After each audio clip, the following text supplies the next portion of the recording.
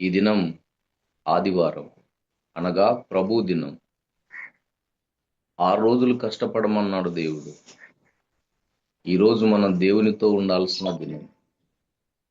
నన్ను జ్ఞాపకం చేసుకొనుటకై దీన్ని చేయుడి అని ప్రభు సెలవిస్తూ ఉన్నాడు. కాబట్టి దేవుని మాటలు చదువుకొని మనం ముందుకెళ్దాం. పరిశుద్ధ గ్రంథంలో నుండి కీర్తనల గ్రంథం 8వ కీర్తన 4వ వచనాన్ని చదువుకుందాం ప్రియులారా. పరిశుద్ధ గ్రంథంలో నుండి 8వ కీర్తన 4వ వచనాన్ని చదువుతున్నాను చూడండి. నీవు మనస్సుని జ్ఞాపకము చేసుకొనుటకు వాడేపాటి వాడు, నీవు నరపుత్రుని దర్శించుటకు వాడేపాటి వాడు. దేవుడే తన వాక్యాలను మనందరికీ ఆ దేవుడే వివరించి పంచిపెట్టునుగాక. ఆమెన్. ప్రభునందున్న ప్రియులారా, సహోదరులారా, సహోదరిలారా, నన్ను జ్ఞాపకము చేసుకోండి అని దేవుడు చెప్తూ ఉన్నాడు. ఆయన్ను జ్ఞాపకం చేసుకోవడానికి ఈ దినం మనం ఇలా చేరి వస్తూ ఉన్నాం, కూడి వస్తూ ఉన్నాం. ఏం జ్ఞాపకం చేసుకోవాలి? ఎవరిని జ్ఞాపకం చేసుకోవాలి? ఎందుకు జ్ఞాపకం చేసుకోవాలి? మానవునిది మర్చిపోయే స్వభావం. మానవ జీవితమే జ్ఞాపకం పెట్టుకోకుండా మర్చిపోయే స్వభావం ఉంది. అయితే దేవుడు మన పట్ల చేసిన కార్యం అది మర్చిపోయే కార్యం కాదు. ఏం చేశాడు ప్రియులారా? గొప్ప పని చేశాడు. దాన్ని మనం గుర్తు చేసుకోవాలి, జ్ఞాపకం పెట్టుకోవాలి. సామెతల గ్రంథం 10వ అధ్యాయం 7వ వచనం మనకి ఈ విధంగా సెలవిస్తూ ఉంది. నీతిమంతుని జ్ఞాపకం చేసుకొనుట ఆశీర్వాదకరమగును. నీతిమంతుడైన దేవుణ్ణి, నీతిమంతుడైన రక్షకుడైన మన ప్రభువును జ్ఞాపకం చేసుకోవాలి. మనం చదువుకున్న ఈ లేఖన భాగంలో నీవు మనస్సుని జ్ఞాపకము చేసుకొనుటకు వాడేపాటివాడు. నిజంగా దేవునికి ఎక్కడ, మానవునికి ఎక్కడ? ఏ పాపమెరగని ప్రభువుకి ఎక్కడ, పాపములో పడే మానవునికి ఎక్కడ ప్రియులారా? నిజంగా దేవుడు ఒక మనిషిని జ్ఞాపకం చేసుకోవాలంటే మనం ఏ పాటి వారం? ఆది కాండం మనమంతా ఎరుగుదు. ప్రసంగి గ్రంథం 7వ అధ్యాయం 29వ వచనంలో దేవుడు మనుష్యులను యథార్థవంతులనుగా పుట్టించెను గాని వారు వివిధమైన తంత్రములు కల్పించుకున్నారని రాయబడింది. ఆది కాండం 6వ అధ్యాయం 12వ వచనం చూస్తే దేవుడు భూలోకాన్ని చూచినప్పుడు అది చెడిపోయి ఉండెను, సమస్త శరీరులు కూడా తమ మార్గములను చెరిపివేసుకుని ఉండిరి అని రాయబడింది. అంటే దేవుడు నరులను యథార్థవంతులుగా పుట్టించాడు. చెడిపోయాము, చెరిపేసుకున్నాం. ఎంతగా చెరిపేసుకున్నామంటే దేవునికి మానవునికి సంబంధం లేనంతగా మనం చెడగొట్టుకున్నాం. దేవునికి మానవునికి మధ్య పాపం అనేది అడ్డం వచ్చి దేవునికి మానవునికి సంబంధం, సహవాసం లేకుండా చేసింది. మరి పాపములో పడ్డ మనిషి, పాపములో పడిన మానవుడు ఇప్పుడు పాపాన్ని బట్టి పరలోకానికి వెళ్ళడానికి అర్హత కోల్పోయాడు, హక్కును కోల్పోయాడు. అయితే ఆ మానవునికి మరలా దేవుడు ఎంత భాగ్యం ఇచ్చాడో గుర్తు చేసుకొని జ్ఞాపకం చేసుకుంటూ ఉన్నాం.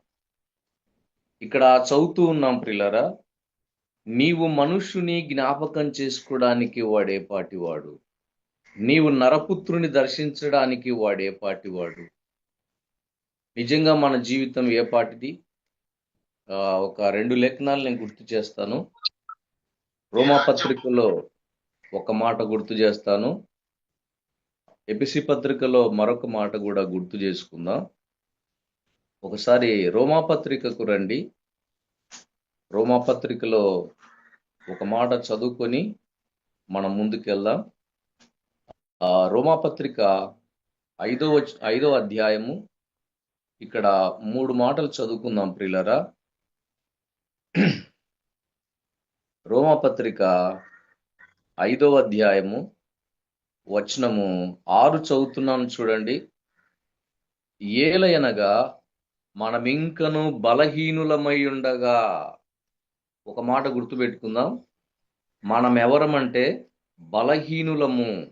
బలహీనులమై ఉండగా అన్నాడు. మరొక మాట చదువుతాను చూడండి 8వ వచనంలో, అయితే దేవుడు మన ఎడల తన ప్రేమను వెల్లడిపరచుచున్నాడు, ఎట్లనగా మనమింకను పాపులమై ఉండగా. గుర్తుపెట్టుకుందాం, మనము పాపులమై ఉండగా. మరొక మాట ఇక్కడే రాయబడింది చూడండి 10వ వచనం, ఏలయనగా శత్రువులమై ఉండగా.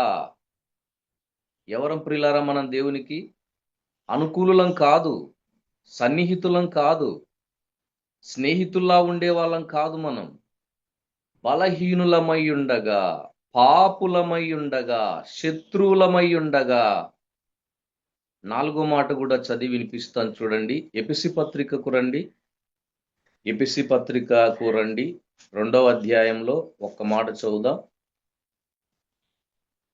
అపోస్తలుడైన పౌలు ఎఫెసీలకు రాసిన పత్రిక 2వ అధ్యాయము మొదటి వచనాన్ని మనమంతా చదువుకుందాం చూడండి.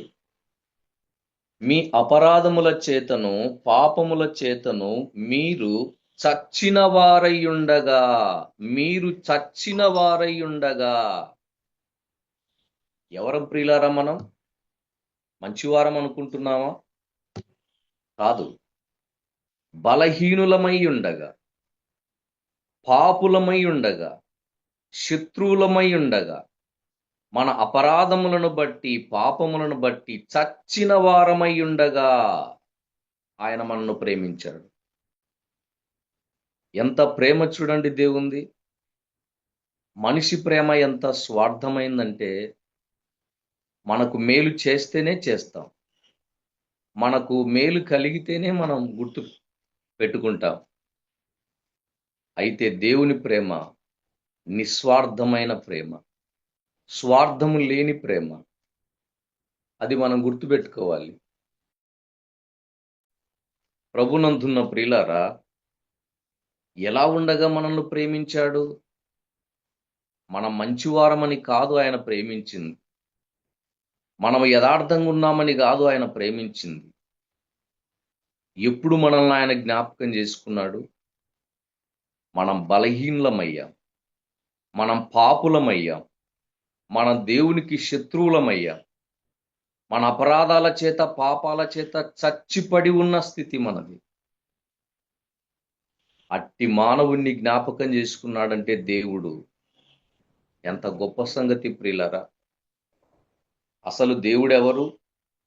పరలోకమందు దూతల చేత పరిశుద్ధుడు పరిశుద్ధుడు పరిశుద్ధుడని ప్రతి గానముల చేత ఆరాధింపబడుతూ, గణపరచబడుతూ, పూజింపబడుతున్న మహాదేవుడాయన. ఎవ్వరు కూడా సమీపింపరాని తేజస్సులో ఉన్న దేవుడాయన.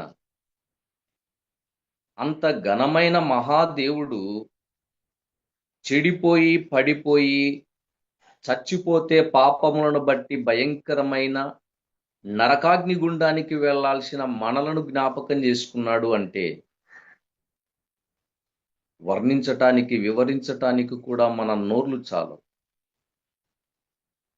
దేవాది దేవుడే పడిపోయిన, పాపం చేసిన, పతనమై అగ్నిగుండానికి వెళ్ళి అంతులేని సంవత్సరాలు వేదన పడే మానవుణ్ణి జ్ఞాపకం చేసుకున్నాడు ఆయన. నీవు మనుష్యుని జ్ఞాపకం చేసుకోవడానికి వాడే పాటివాడు. నిజంగా ఏ పాటి వారం ప్రియులారా? ఎవరన్నా అధికారులు మనల్ని జ్ఞాపకం చేసుకుంటున్నారా?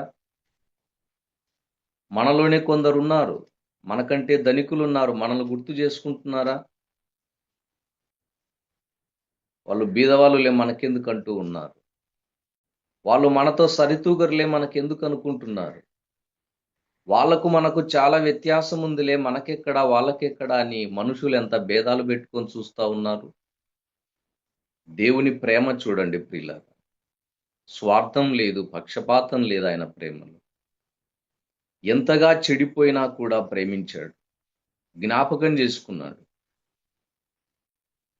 దేవాది దేవుడే మానవునిగా మన కోసం దిగొచ్చాడు. వచ్చినప్పుడు ఆయనకేమన్నా సన్మానాలు జరిగాయా? ఆలోచన చేస్తే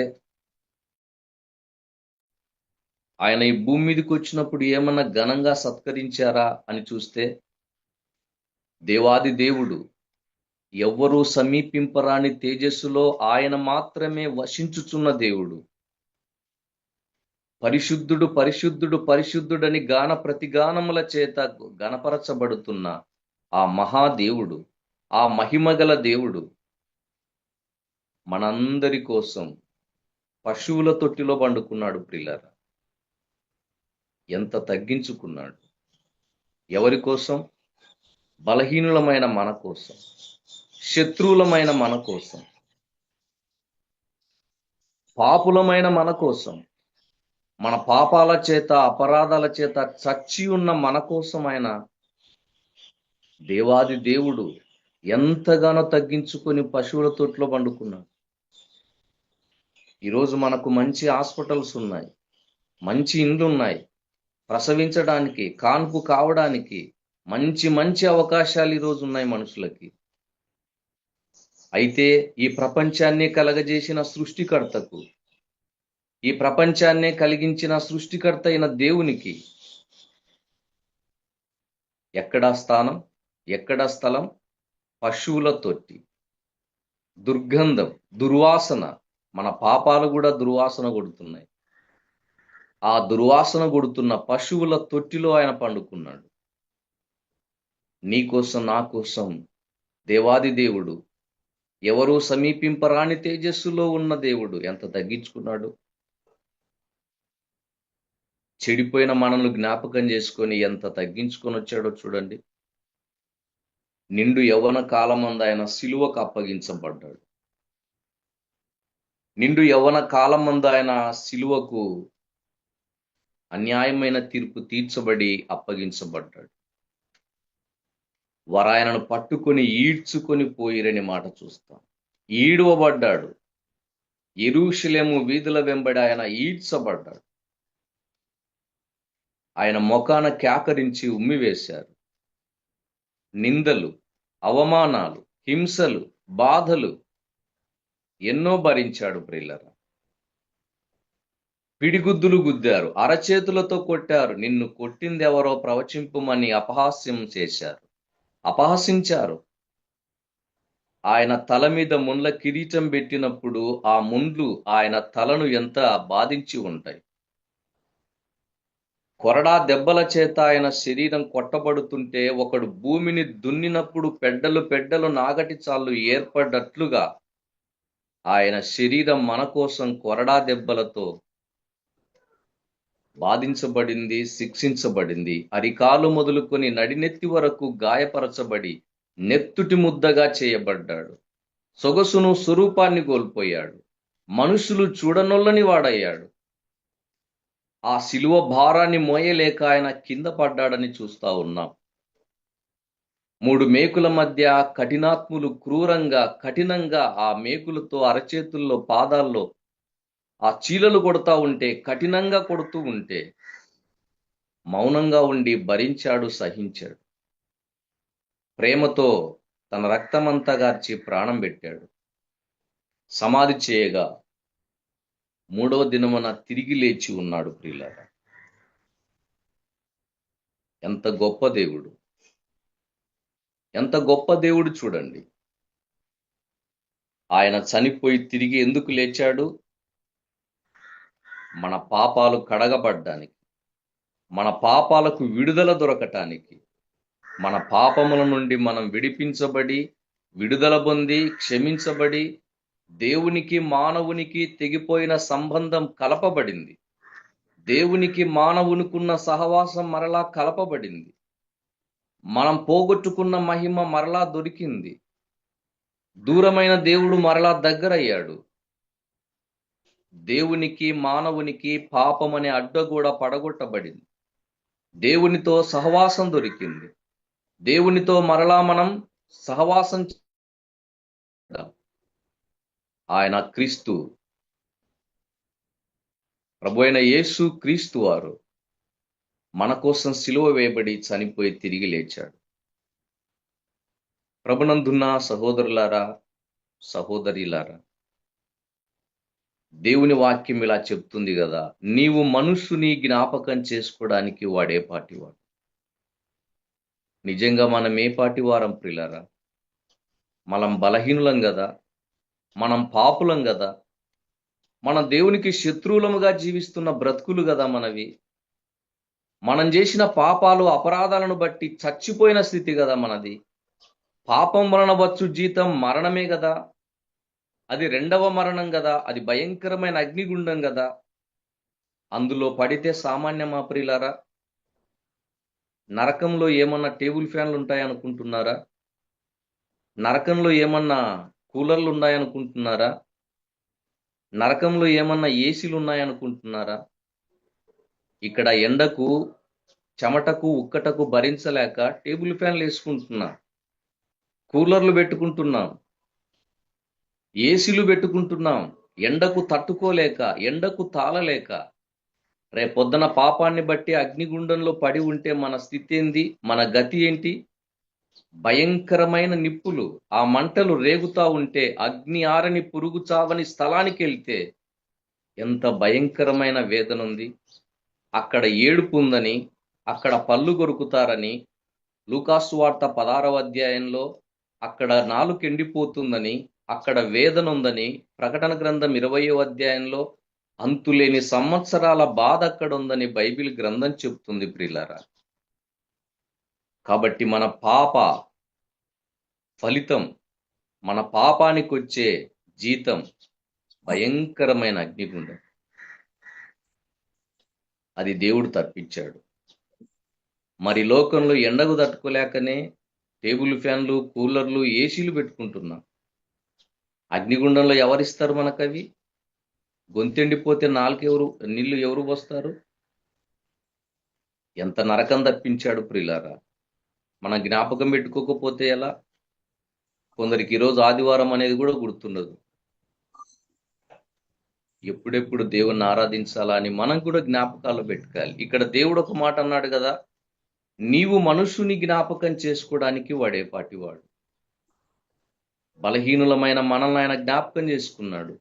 పాపులమైన మనల్ని జ్ఞాపకం చేసుకున్నాడు. శత్రువులముగా బ్రతుకుతున్నా జ్ఞాపకం చేసుకున్నాడు.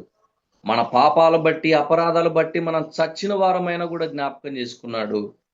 ఆయన రక్తం గార్చి ప్రాణం పెట్టి తిరిగి లేచి పాపాలను బట్టి చచ్చిపోయిన మనల్ని బ్రతికింపజేసినాడు. ఇప్పుడు మరణించినా, ఈరోజే దేవుని రాకడొచ్చినా మనం దేవుణ్ణి చేరుతాం, దేవునితో ఉంటాం, దేవునితో నివసిస్తాం. అంతులేని సంవత్సరాల ఆనందం ఉన్న పరలోక రాజ్యంలో ఆయనతోనే గడపబోతున్నాం. మరింత గొప్ప భాగ్యం మనకి ఇవ్వటానికి ఆయన మనల్ని జ్ఞాపకం చేసుకున్నాడు. మనం కూడా కృతజ్ఞత కలిగిన వారమై, దేవుడు నాకు ఇచ్చిన భాగ్యం ఎంత గొప్పది, దేవుడు నాకు ఇచ్చిన రక్షణ ఎంత గొప్పది, దేవుడు నాకిచ్చిన పరలోకం ఎంత గొప్పది. భయంకరమైన అగ్నిగుండాన్ని తప్పించి అంతులేని సంవత్సరాలు ఆయనతోనే ఉండే జీవితాన్ని దేవుడు నాకు ఇచ్చి ఉన్నాడు. ఎంత భాగ్యం ఇచ్చాడు అని గుర్తు చేసుకుందాం, జ్ఞాపకం చేసుకుందాం.